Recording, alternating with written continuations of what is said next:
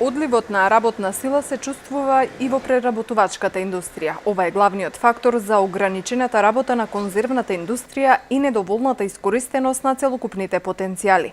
Во најновиот извештај на Државниот завод за статистика стои дека 23% од преработувачите се жалат на недостигот на работната сила. Во ваква ситуација ќе бараат поддршка од ресорните министерства за подобри можности и услови за ангажман на студенти или пензионери. Малата работна рака ја нема и сме соочени со недостиг на работници, посебно ние кои што ангажираме и работници од сезонски карактер.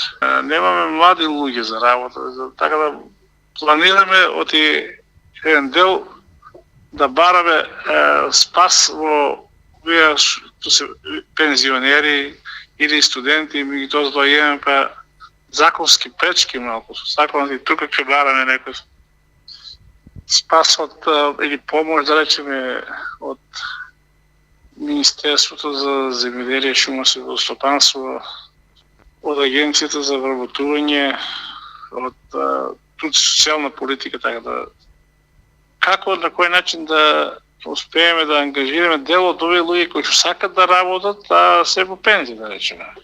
Георгиев додава дека автоматизацијата на процесот делумно може да им помогне да ја надминат оваа ситуација со недостиг на работна сила. Во оваа прилика Бестфуд досега искористиле средства преку ИПАРД програмата. Ние лично како компанија, искористивме дел од предпристапните фондови, на по ИПАРД програмата. Очекуваме, со новиот проект пак имаме барање поднесено за модернизирање на нашите производни капацитети, бидејќи со одливот на работната рака, единствен спас е малку да ги автоматизираме погоните за преработка, да не зависиме толку од работна рака, а згорно тоа се тоа го нуди државата, ни е возможно како компании да можеме да се надградиме и да фаткеме чекор, што се вика, со современите европски капацитети.